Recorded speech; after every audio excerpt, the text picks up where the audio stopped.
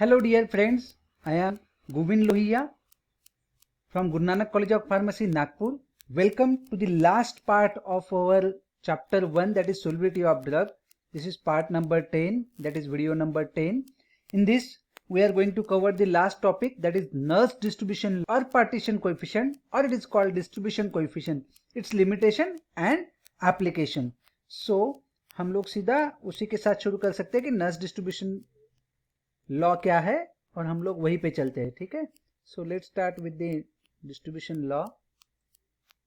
इसके पहले वीडियो में हमने देखा था solubility of liquid in liquid, and उसमें हमने खास करके पार्शियली मिसिबल लिक्विड देखा था फिनॉल वाटर सिस्टम का, ठीक है।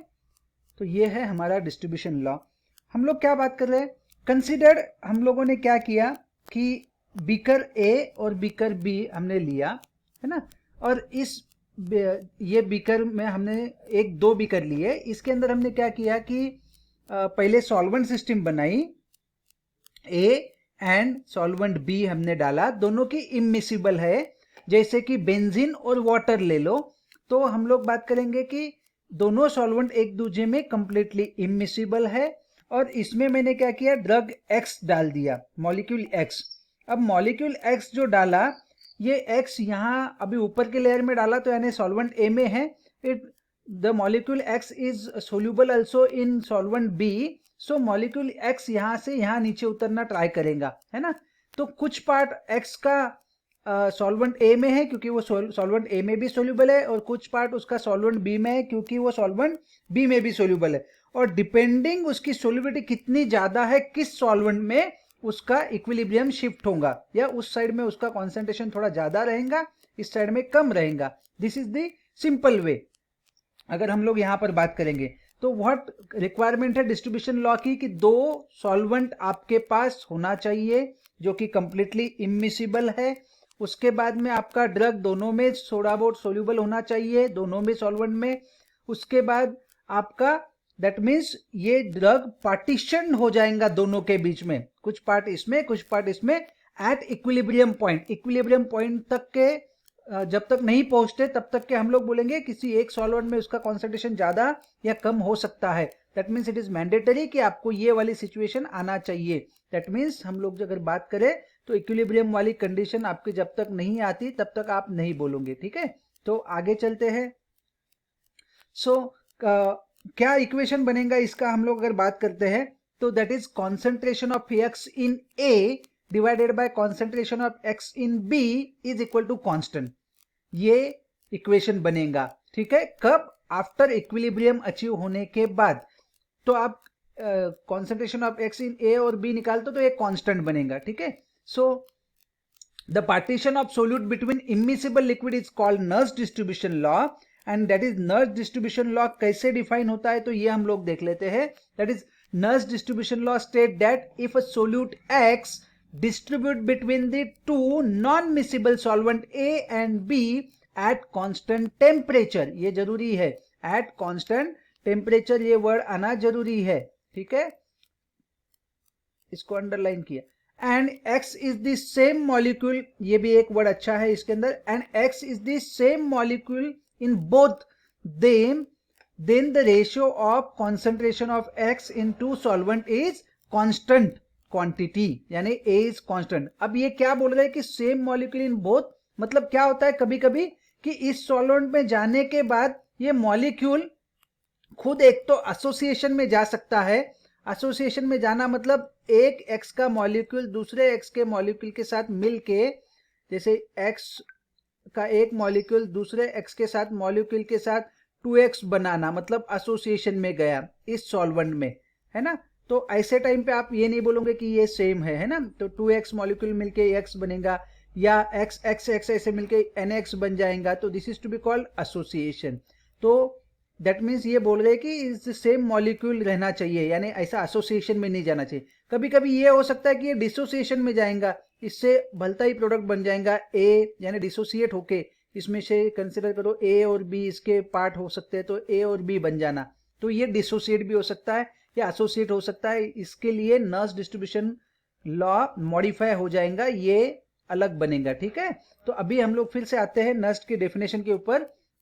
Nurse distribution law state that if solute X है ना, सोल्यूट एक्स डिस्ट्रीब्यूट बिटवीन किसमें, टू इमिसिबल लिक्विड और solvent like A and B at constant temperature, ये जरूरी है constant temperature, and X is the same molecule in both of them, X is the same molecule in both of them, then the ratio of concentration of X in this two solvent is constant quantity. ये हो गया Nernst के statement. Okay, now equation of Nernst distribution is nothing but kd, kd is nothing but d is nothing but for distribution constant you can simply take as k or kd, c1 by c2, c1 is the concentration of solute in say sorry a and c2 is nothing but concentration of solute in b। okay, आगे चलते हैं। now when the solute is shaken, अब हम लोग क्या करेंगे, यानी वो बीकर लिया, उसके अंदर हमने सॉल्वेंट डाला, दो इमिसिबल सॉल्वेंट लिए है ना, और उसके बीच में solute is shaken between two non miscible solvent at equilibrium, both the solvents are saturated with the solute. अगर बोथ द सॉल्वेंट सैचुरेट करना है आपको, you need a excess amount of solute, थोड़ा सा ज्यादा अमाउंट ऑफ सोल्यूट डालना पड़ेगा।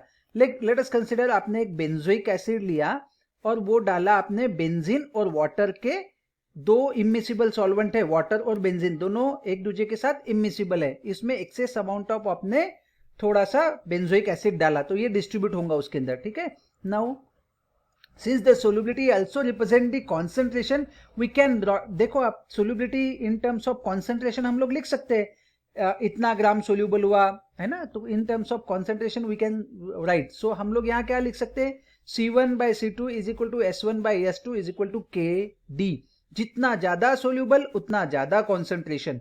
सो अगर हमें इसमें से, अगर S1 and S2 are the solubility of two solute in the two different solvent, non miscible solvent, अगर इसमें से हमें किसी का दैट मीन्स पार्टीशन कोएफिशिएंट पता है ड्रग का, और किसी एक सॉल्वेंट में उसकी सोल्युबिलिटी पता है, तो हम लोग उसकी सोल्युबिलिटी दूसरे सॉल्वेंट में आसानी से निकाल सकते हैं। That means hence the knowing the value of distribution coefficient KD and the solubility of solute in one of the solvent, the solubility of solute in second solvent can be easily calculated। तो हम आसानी से calculate कर सकते हैं। ठीक है, this is आप इसको सबस्क्रिप्ट में लिखना KD को। ओके, नाउ यहां तक तो हम लोग पहुंचे, आगे चल के देखते हैं बेटा कि आगे क्या है। आगे है हमारे पास ये डायग्राम, ये डायग्राम भी आपको बनाना है। I forget to tell you that the whole question is for 10 mark और फॉर 5 मार्क्स, तो आपको शुरुआत ही यही से करना है, इसी डायग्राम के साथ नर्स डिस्ट्रीब्यूशन का आपको ये लिखना है स्टेटमेंट पूरा, फिर इक्वेशन लिखना है, इक्वेशन लिखने के बाद आप आगे बढ़ोगे और ये वाले पॉइंट लिखोगे तीनों, और फिर उसके बाद में हम लोग बात करेंगे दैट मीन सोल्युबिलिटी वाले। और यहाँ पर आप देखो कि कैसे कांस्टेंट है ये, अगर आपको समझाना, ये तीन डायग्राम में आपको समझ में आएगा कि कैसे ये C1 by C2 is equal to KD।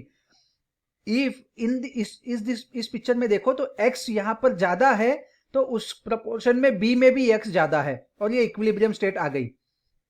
जैसे ही मैंने यहां से कुछ x के मॉलिक्यूल निकाल दिए, A सॉल्वेंट में से ग्रीन कलर के निकाल दिए, तो क्या हुआ, ये जो B सॉल्वेंट में के है ना, ये मूव आउट हुए और किस में आए, तो A में आ गए, तो वापस से एक नया इक्विलिब्रियम स्टेट यहां अचीव हो गया। ठीक है, यहां से मैंने ये तीन मॉलिक्यूल निकाल दिए, कंसिडर करो कि मैंने ये A के यहां से तीन मॉलिक्यूल हटा दिए, यहां से निकाल लिए बाहर, अब यहां एक ही है, मगर क्या हुआ कि नई इक्विलिब्रियम स्टेट अचीव हुई, और वो इक्विलिब्रियम स्टेट में फिर यहां पर इसमें का एक मॉलिक्यूल मूव आउट हुआ यहां पर, और इक्विलिब्रियम अचीव हुआ। यानी अगर यहां पर मैं बात करूं कॉन्सेंट्रेशन होगा से, ये अगर हम लोग बात करें 4/6, हम लोग अगर 40/60, यहां कॉन्सेंट्रेशन हम लोग लेंगे 4/6, मगर रेशो सेम है, 40/60 लो या 4/6 लो सेम है, और यहां हम लोग बात करेंगे 0.4/0.6, again the ratio is same, that means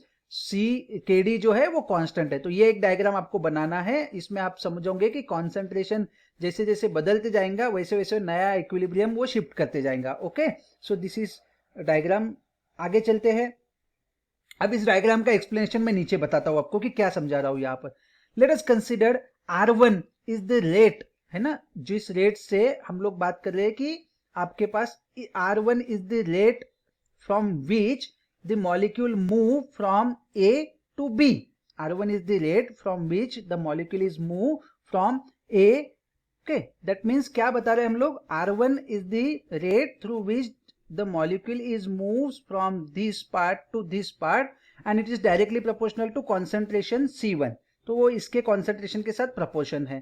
तो हम लोग यहाँ पर K1 कांस्टेंट के साथ R1 is equal to K1 into C1 कर दिया। अब R2 यानी क्या, R2 यानी rate which is that means the concentration which moves from this to this, that means B से A की तरफ जाने वाला रेट जो है वो R2 है, A से B की तरफ जाने वाला रेट है R1। तो A से B की तरफ जाने वाला रेट प्रोपोर्शन रहेगा C1 के साथ, और B से A की तरफ जाने वाला प्रोपोर्शन रहेगा C2 के साथ, ये C2 के साथ, ठीक है। तो हम लोग यहां पर बात करेंगे, this is nothing but R2 is directly proportional to C2, R2 is equal to K2 into C2, K1 and K2 are the proportionality constant, और at equilibrium क्या है, at equilibrium R1 is equal to R2, values डालो, आपको C1 by C2 is equal to KD मिल गया। सो ये आपका equation जो हम लोग बात कर रहे थे वो मिल गए यहाँ पर, this is the simple way, है ना। आगे चलते हैं। सो नेक्स्ट क्या है इसमें, अगर डिस्ट्रीब्यूशन लॉ के बहुत ही सिंपल लिमिटेशन है इसके, अगर हम लोग बात करें जो कि हम लोग अवॉइड कर सकते हैं। पहला लिमिटेशन ये है कि the temperature of the system is kept constant throughout the experiment. अब आपको ये एक्सपेरिमेंट करते वक्त पूरे सिस्टम का टेम्परेचर जो है वो से रूम टेम्परेचर रखा है, 30 रखा है, 60 रखा है, whatever it may be, you have to keep the temperature throughout the system constant. Otherwise temperature dependent solubility होती है, तो किसी सॉल्वेंट में टेम्परेचर बढ़ने से सोल्यूबिलिटी ज्यादा हो जाएंगी, तो आपका दैट मीन्स अगर मैं बात करूं बेंजोइक एसिड की सोल्यूबिलिटी वाटर में टेम्परेचर बढ़ रहा है तो बढ़ती जाती है, तो एट दैट टाइम आपका रेशियो जो कांस्टेंट आना चाहिए वो चेंज हो सकता है ना, चेंज होगा ही। तो इसका मतलब आपको टेम्परेचर कांस्टेंट रखना है, and again this is very difficult task to keep the temperature constant throughout the system. तो ये एक हुआ। नाउ दूसरा क्या लिमिटेशन है, सेम मॉलिक्यूलर स्टेट। अभी हमने इसके पहले भी डिस्कस किया, the molecule state of the solute is same in the two solvent, that it doesn't go into the association or there is no sort of any dissociation of that molecule। वो benzoic acid का पूरा structure, benzene में भी benzoic acid रहना चाहिए और water में भी बेंजोइक एसिड ही रहना चाहिए, it can not undergoes association और डिसोसिएशन। तो ये दूसरा लिमिटेशन जो कि प्रैक्टिकली थोड़ा मुश्किल होता है, क्योंकि drug molecule most of the time हम लोग बात करेंगे तो वीक एसिड और वीक बेस होते हैं, and they show some sort of association और डिसोसिएशन। तीसरा पॉइंट हम लोग बात करेंगे equilibrium concentration. The concentration of, ये नहीं आपको कब मेजर करना है, जब आपका इक्विलिब्रियम स्टेट आएंगे तभी। The concentration of solute are noted after equilibrium has been established. Sometimes क्या होता है कि इक्विलिब्रियम को बहुत टाइम लगता है अचीव करने को, and at that time there might be a fault या फॉल्स रीडिंग में बी टेकन। तो वो एक हो सकता है कि आपको इक्विलिब्रियम कंसंट्रेशन आने तक रुकना है ना, it is time consuming. Now the fourth limitation is the dilute solution. The concentration of solute in the two solvent is low, that means it is applicable, Nernst distribution law is applicable to dilute solutions only. If we added that means concentrated, then the law does not hold for the concentration if very high। तो जब concentration बहुत high हो जाएगा ना, तो ये law उतना अच्छी से काम नहीं कर पाएगा। तो फिर से मैं बताता हूँ, constant temperature throughout experiment you need to keep the temperature constant, क्योंकि हमको मालूम है कि सोल्युबिलिटी टेम्परेचर डिपेंडेंट होती है। Same molecular state, that means जो सोल्यूट हम लोग यूज कर रहे हैं it must be same in both the immiscible solvent, that means it doesn't show any association और डिसोसिएशन। फिर हम लोग आगे बात करेंगे equilibrium concentration. Yes, that means the concentration of solute in two liquid is measure after the equilibrium state achieved, है ना, उसके बाद ही मेजर करना है। Dilute solution, yes, the concentration जो होल्ड्स करता है नर्स्ट का distribution law, it is applicable for dilute solution. If we are going to take concentration at higher level, it shows the some deviations, okay। And the last one, non-miscibility of solvent, the solvent must be completely non-miscible, है ना। If in case they are slightly miscible with each other, the extent of mutual solubility of the solvent remains unaltered by the addition of solute to them। What it means कि कुछ बार ऐसा होता है कि हम लोगों ने जो सोल्यूट डाला है वो सोल्यूट ही सॉल्वेंट को मिसिबल करने के लिए रिस्पॉन्सिबल हो जाता है. It lie over the border between the two immiscible solvent और वो उनकी म्यूचुअल सोल्युबिलिटी बढ़ा देता है. So at that time this again not holds the, that means Nernst distribution law is not hold properly result और आपको false reading मिल सकती है. So this is non miscibility. Now moving toward the next, how distribution law is modified by the change of the molecular state. That means अगर association में जाता है तो कैसे और डिसोसिएशन में जाता है तो कैसे. When the solute undergoes association, let us consider आपके पास सेम सिस्टम है जहां हम लोग बात करेंगे कि सॉल्वेंट ए है एंड सॉल्वेंट बी है. सॉल्वेंट ए के अंदर मेरा जो कंपाउंड है वो कोई भी, दैट मीन्स सोल्यूट जो है वो कोई भी एसोसिएशन या डिसोसिएशन नहीं शो कर रहा है, x is x. But when it goes into the solvent b it shows nx and n, that means nx मतलब n numbers of x molecule mix होके एक्सेन बना रहा है. क्या बना रहा है? एक्सेन. दैट मीन्स एसोसिएशन में गया है ना. तो हम लोग यहां पढ़ते हैं क्या बता रहे हैं. Suppose the solute is present as a simple molecule x in solvent a, while in solvent b that n molecule of x associate to form xn molecules. Assuming that a few single molecules of x are in present, that means ऐसा नहीं कि पूरे के पूरे यहाँ पर molecule association में जा रहे हैं. कुछ मॉलिक्यूल इसमें अभी भी जैसे यहाँ पे x है वैसे ही इसमें भी x फॉर्म में अवेलेबल है कुछ मॉलिक्यूल. तो कुछ मॉलिक्यूल अभी भी इसमें x फॉर्म में अवेलेबल है जो कि अनचेंज फॉर्म है मॉलिक्यूल का. तो assuming that few single molecules of X are also present in the solvent B, the equilibria exist between that, ये इसके बीच में equilibria exist होने वाला है, हम लोग ये देखना है.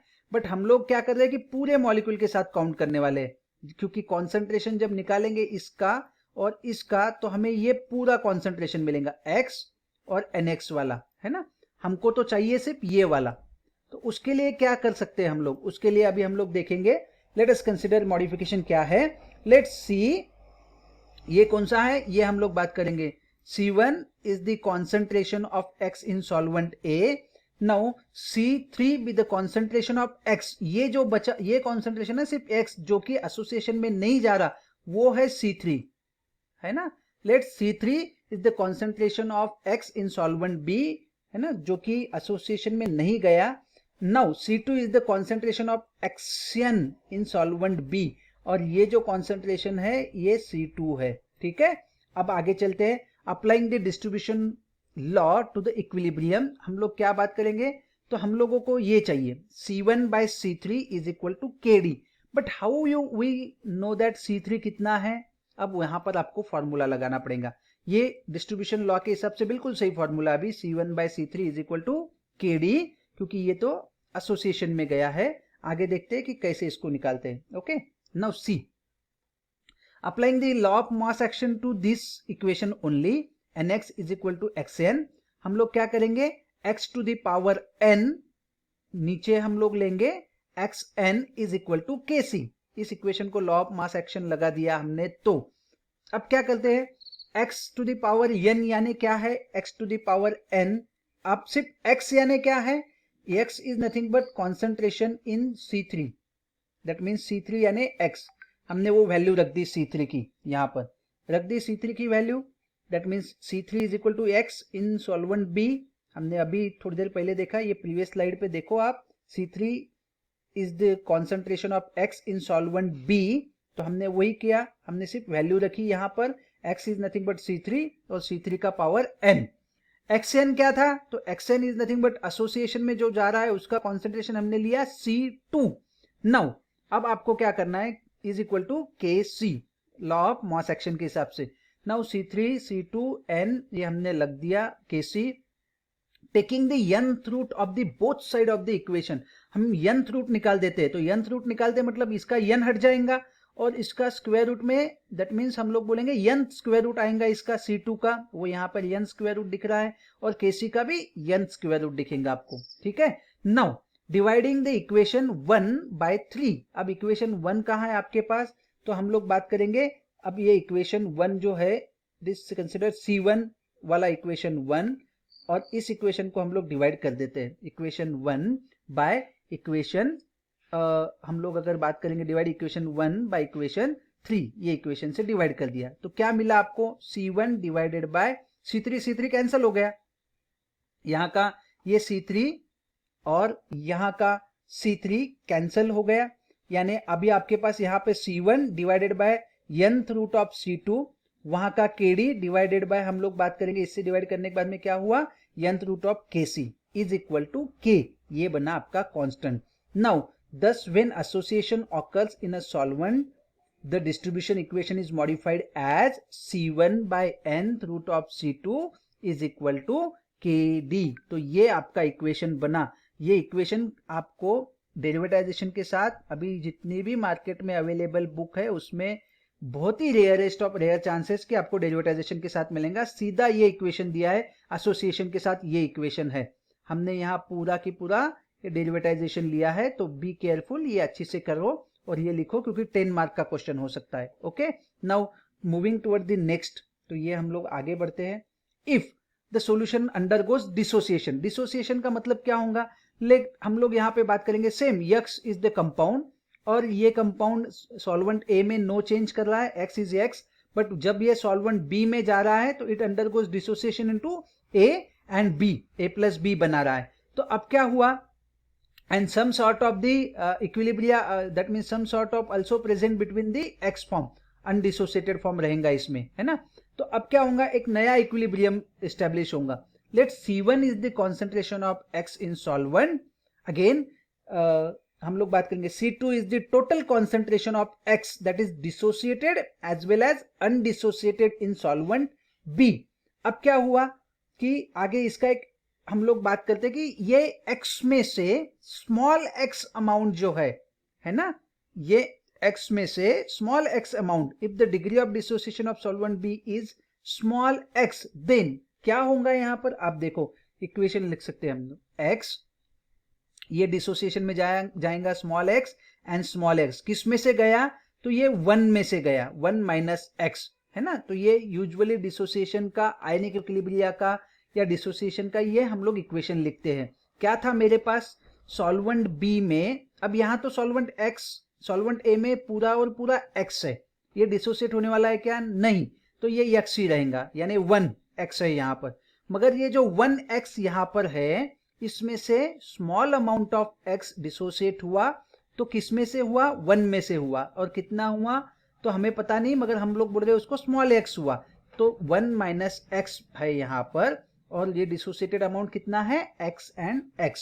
Okay, now applying the distribution law to the equilibrium, again इसको हम लोग डिस्ट्रीब्यूशन लॉ लगाते हैं, then it becomes C1 divided by C2, C2 का कॉन्सेंट्रेशन कितना, ये वाला 1 माइनस x है ना आपके पास, C2 1 minus x is equal to KD, and this is the distribution law for which shows the dissociation, तो ये डिसोसिएशन का है। नाउ आगे हम लोग चलते हैं, ये है हम लोग यहां पर बात करेंगे application of our what we say Nernst distribution potential, इसके क्या क्या एप्लीकेशन हो सकते हैं।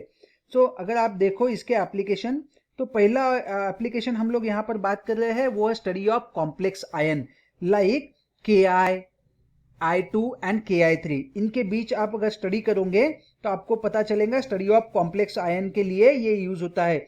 जैसे कि Kc वैल्यू अगर होंगी यहाँ पर, तो हम लोग बोलेंगे different concentration of Ki and I2 to start to prove the existence of Ki3। तो with the help of distribution law we are able to say that there is a association का जो एग्जांपल है उसके साथ हम लोग बात करेंगे कि it shows the Ki3 molecule, this is first. Now दूसरा, extraction with a solvent, that is extraction, that is removal, हम लोग यहां पर बात करेंगे रिमूवल बाय सॉल्वेंट, किसी भी चीज से, है ना, सॉल्वेंट के थ्रू किसी भी चीज में से कुछ चीज को एक्सट्रैक्ट करना, खींच के निकालना, है ना। तो एक्सट्रैक्शन का हम लोग यहां पर बात करेंगे of a the extraction of a organic substance from an aqueous solution is probably the most important application of the distribution law.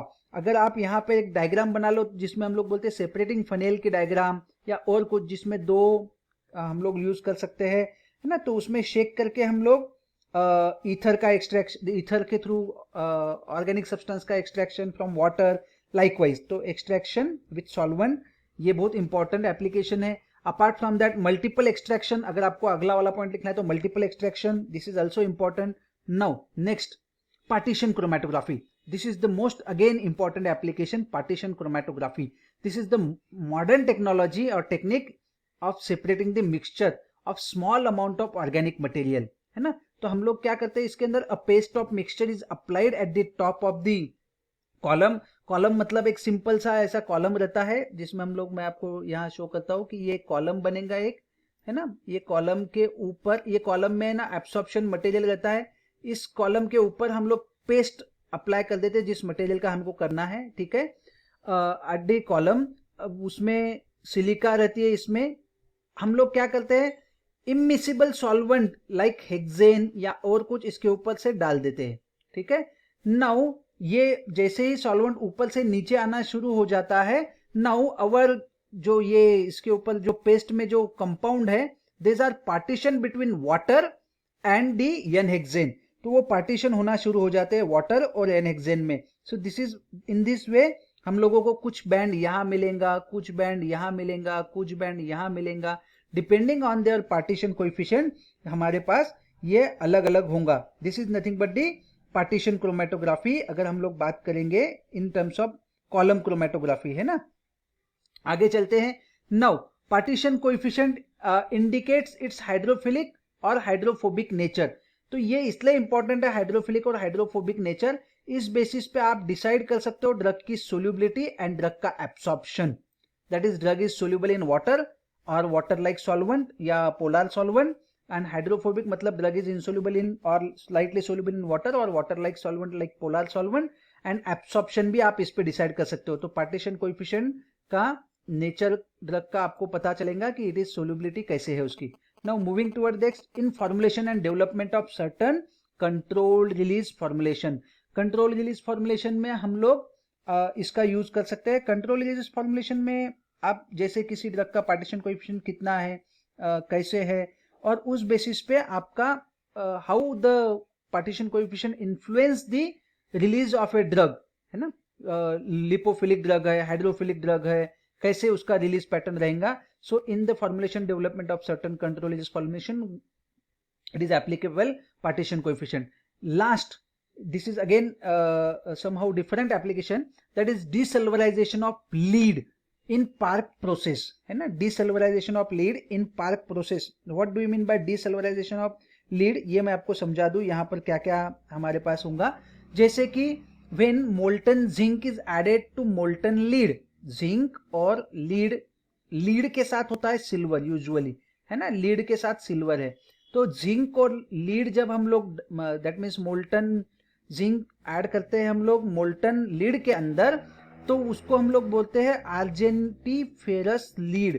तो इसमें क्या होता है कि मेरा जो सिल्वर है वो जिंक और लीड के जो दो इमिसिबल लेयर है उसके अंदर डिस्ट्रीब्यूट हो जाता है। कौन सा? सिल्वर। अब वो सिल्वर कैसे डिस्ट्रीब्यूट होता है?